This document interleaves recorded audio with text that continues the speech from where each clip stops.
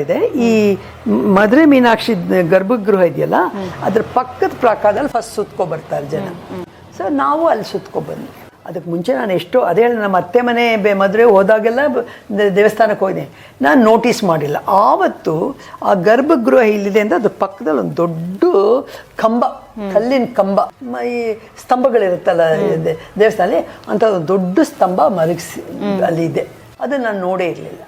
So ನಮಗೆ ಕೆಳಗೆ ಕೂತ್ಕೊಳ್ಳೋಕ್ಕಾಗಲ್ಲ. So ನಾವಿಬ್ಬರು ಆ ಸ್ತಂಭದ ಮೇಲೆ ಕೂತ್ಕೊಂಡ್ವಿ. ಸೊ ಈ ಕಡೆ ದೇವಿ ಇದ್ದಾಳೆ ಗರ್ಭಗೃಹ, ಆ ಕಡೆ ಬಲಗಡೆಗೆ ನಾವು ಕೂತಿದ್ದೀವಿ. ಸೊ ನಮಗೆ ಒಂದು ಸಂತೋಷ, ಇಬ್ಬರು ಕಣ್ಮುಚ್ಕೊಂಡು ಕೂತಿದ್ವಿ. ಏನೋ ವಿಜಯದಶಮಿ ದಿವಸ ಇಷ್ಟು ಬೇಗ ದೇವಿ ಕರೆದು ನಮ್ಗೆ ದರ್ಶನ ಕೊಡಲಲ್ಲ, ಆ ಒಂದು ಆನಂದದಲ್ಲಿ ನಾವು ಕಣ್ಮುಚ್ಕೊಂಡು ಕೂತಿದ್ವಿ. ಒಂದು 5 ನಿಮಿಷ ನಾನು ಯಾರೋ ಬಂದು ನನ್ನ ಹೀಗೆ ಕೆನ್ನೆ ತಟ್ಟಿದ್ರು. ಯಾರಪ್ಪ ನನ್ನ ಕೆನ್ನೆ ತಟ್ತಾ ಇದ್ದಾರೆ ಅಂತ ನೋಡ್ರೆ, ಒಬ್ಬ ಸುಂದರವಾಗಿರೋ ಒಂದು ಹೆಂಗಸು.